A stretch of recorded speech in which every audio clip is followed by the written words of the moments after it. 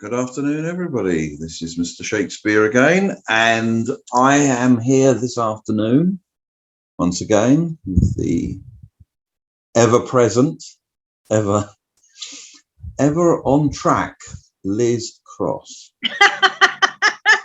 She is a psychic.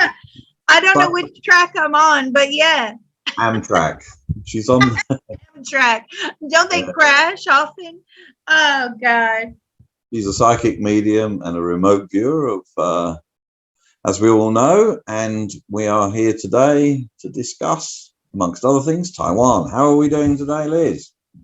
We're doing well, thank you. And again, if you want to book a reading with me, psychiclizcross.com, or support the YouTube channel, Patreon/remote viewing and beyond. What do you have for us today? It looks like Taiwan. It is, yes. Okay, now let me just clear up a few things. Taiwan is a republic, is part of the Republic of China. It is not, I repeat, not an independent nation. It has been settled. People have been living there for at least 25,000 years. The capital, Taipei, is the largest city there, and about 24 million people that live there. It is under the purview of the Republic of China, which has other areas. One of the things that somebody mentioned to me a while back is the similarity between Taiwan and Hong Kong. Now, Taiwan is a lot bigger than Hong Kong, but Hong Kong has always been part of China until the British took it away from them in the Opium Wars many years ago.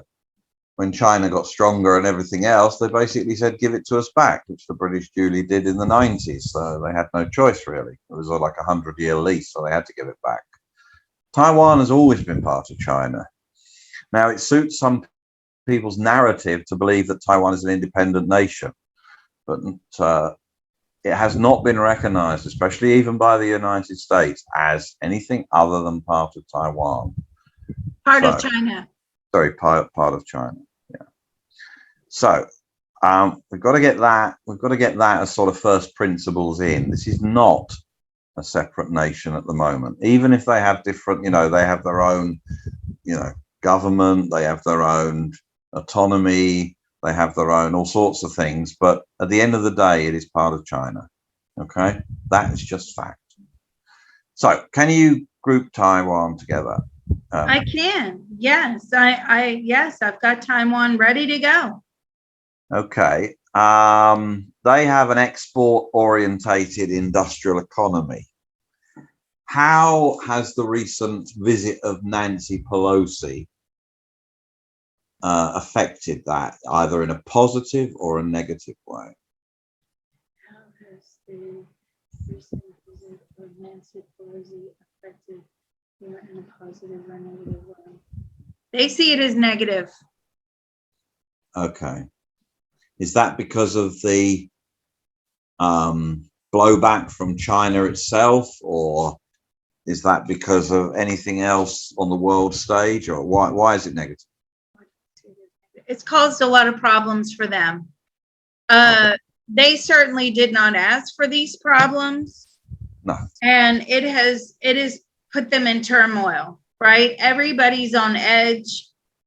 China is flexing its muscle, and they're scared. Okay. Do they think that China will have...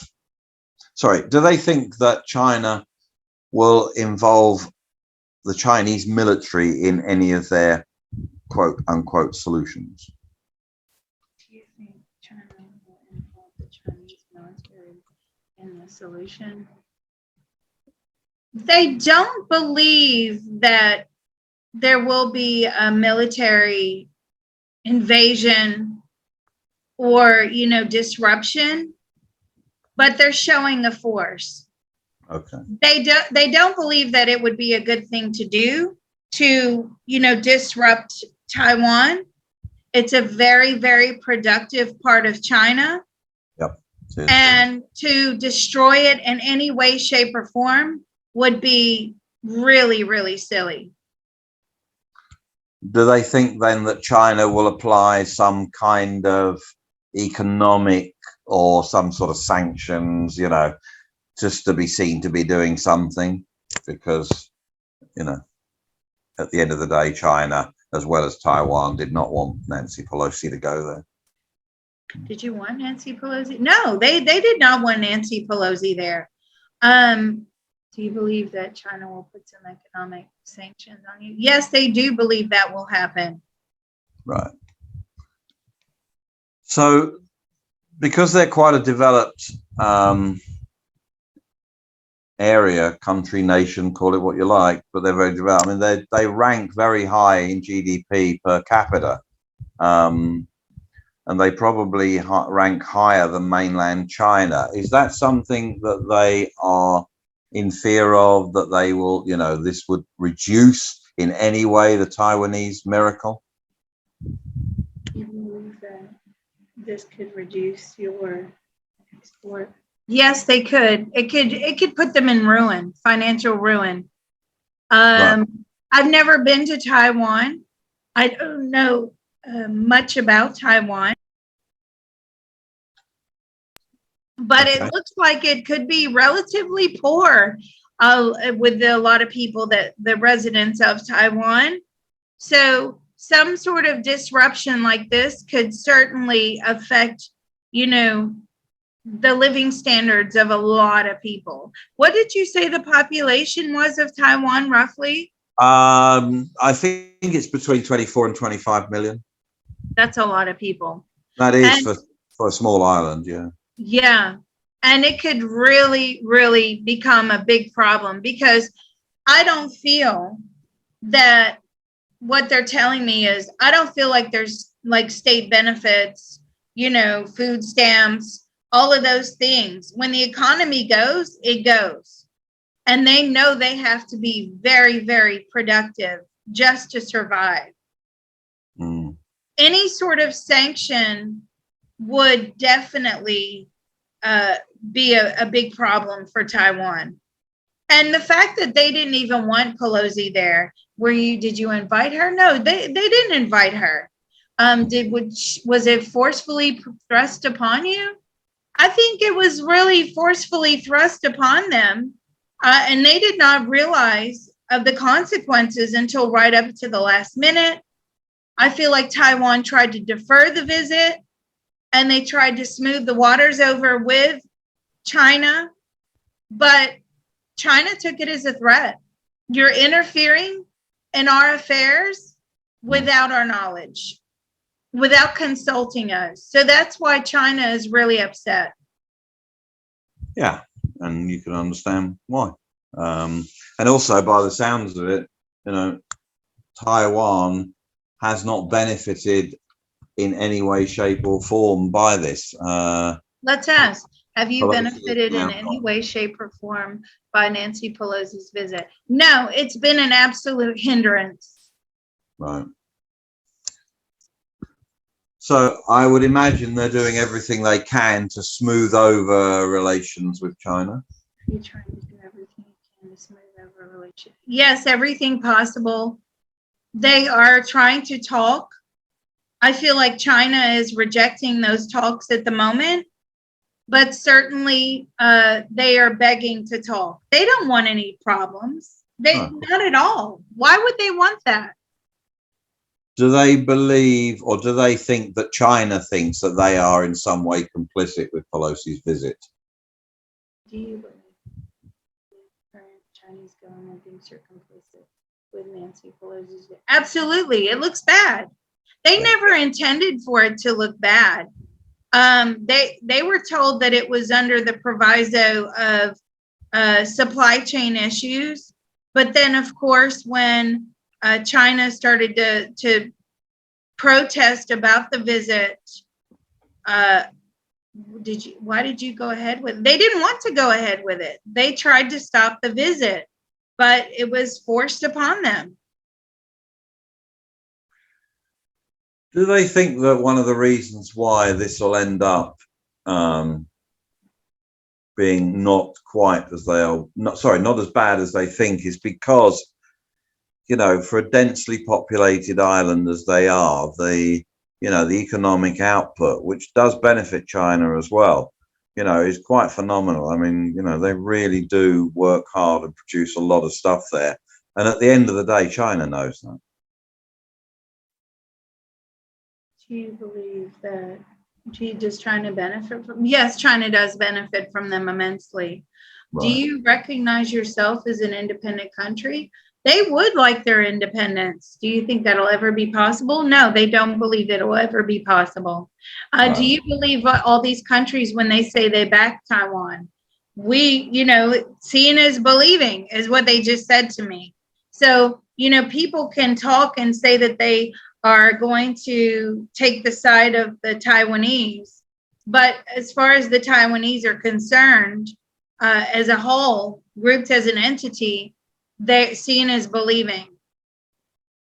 Yeah. Well, it'd be a bit like, China recognizing Texas as a separate country. So that's a good analogy. How would Americans think about that? How would the American government think about that? They wouldn't like it, would they? So, I mean, China is all about their economy and everything, and Taiwan is almost like a super subset of China.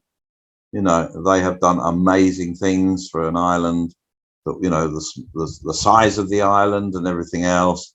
And their economy is dynamic, is more capitalist, it's much more export driven than mainland China in a way. So again, I don't see why China would, bite the hand that helps them in a way. I mean, it just doesn't make sense. I think there's a lot of panic in the West about, it's going to take over, and I don't personally see any of it. I see it as a distraction for, everything else that's going on in the world again. So can we ask them, what are their plans for the future? What do they see over the next year or two? What do they see prosperity increasing in Taiwan? Yes, they do. So if it's increasing and everything is getting better, that means they don't expect any more interference in the next year or two from China. Do you expect any more interference from China in the next year or two? They believe that China will just let them be. Yeah, so do I. We hope so. We hope so, because, the markets will respond to this heavily. So if there is some sort of declaration of force that is going to be used, you better believe the markets, crypto, stock market, markets around the world will respond to that threat, and not favorably, unless you short the market. But I don't know a lot about shorting. So you got to watch that. Yes. Can we ask them? So their rise has been sort of well documented over the years, which has been in high-tech manufacturing, so chips, microchips, and things like that. And they, most of their companies that they supply are all the ones that we've heard of, Intel, AMD, Apple, Microsoft, everything. Do they foresee any problems in the next year with chip supplies, i.e. shortages, i.e. not being able to deliver to their customers? Do you see any problems with chip shortages within the next? Yeah, there's a massive shortage, and that will continue. What are they doing to try and alleviate?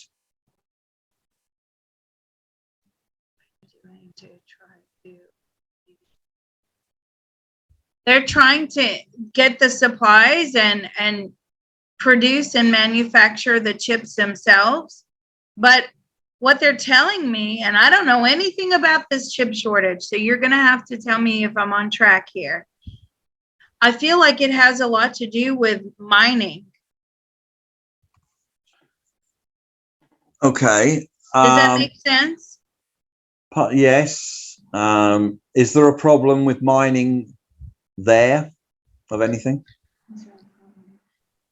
Yeah, they're not mining fast enough to meet the world's demands, right? The world is demanding more and more and more and more and more. And the mining, it's just not keeping up with the demands. That's where the problem is. Do they have, is the problem, not enough method of extraction, or is it problem that the actual raw material, the stuff that they are mining, is running out? Which is the problem?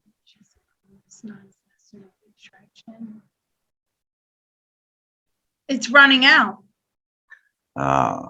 So let's look at it from an investment perspective. What are the raw materials that are needed to make a microchip? That is a very good question. That is a very good question, actually. It is, because if Taiwan is telling us that they're running out of supplies, right, in the mining industry, then of course, whatever that supply is, it's going to shoot up in price, right? Because supply and demand. When there's a lot of demand, you can't meet supply, the price goes up. So from an investment point of view, then we certainly need to keep an eye on this. Well, I think silica is one of the things that's involved. That's a good question. Silica?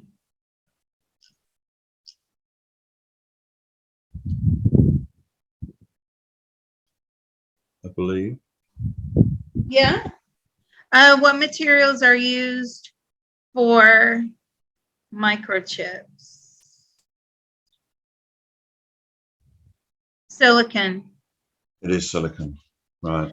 It's the semiconductor, meaning that its conductive properties can be increased by mixing it with other materials such as phosphorus and boron. Right. So we should do another video, maybe not today, but on silicon, phosphorus, and boron, and see how short they actually are. That's a good plan. Is that kosher? Yeah, that's a good Awesome. plan. Because at the end of the day, if they are having, so it sounds like it's not a machinery or a manpower extraction, it's they are running out, or it's getting more difficult to mine the raw products. Is it becoming more difficult to mine it? No, it's not becoming more difficult to mine them as like the equipment point of view, but sorry? They're just running out of the raw material? Yeah, they're running out of the raw materials. They're going to have to go look for it in different places. Okay. And for all you remote viewers out there, that could be a task for you. Joe McMoneagle was paid to find oil under the ground. Maybe you should do remote viewing sessions to find where boron, silicon, and phosphorus can be found in large quantities. Hey, that's a remote viewing session or 3. Yeah. Wow. So shall we stop this one here? Yeah, I think so, because I don't think Taiwan is in any huge danger. I think there's a lot of noise and distraction and getting people wound up over it. But at the end of the day, business is business. China needs Taiwan to carry on producing, and Taiwan wants to carry on producing. Their problem is they're running out of raw material. Yeah. So we need to really start with Nancy Pelosi or China. Yeah. So we really, if anybody listening knows what raw materials that could be added to this new probe that we're going to do, silicon, phosphorus, boron, and any other raw materials that are used for these microchips, do let us know. You can let us know on the Discord. Mr. Shakespeare has his own little category there. You can let us know on the Patreon. You can message me direct, or you can drop a line in the YouTube comments. Definitely, we need to add your findings to the list. So if there is a raw material there that you know of that is really required to create these microchips, then please drop us a line. Thank you, Mr. Shakespeare. Okay. Thank you. Thank you.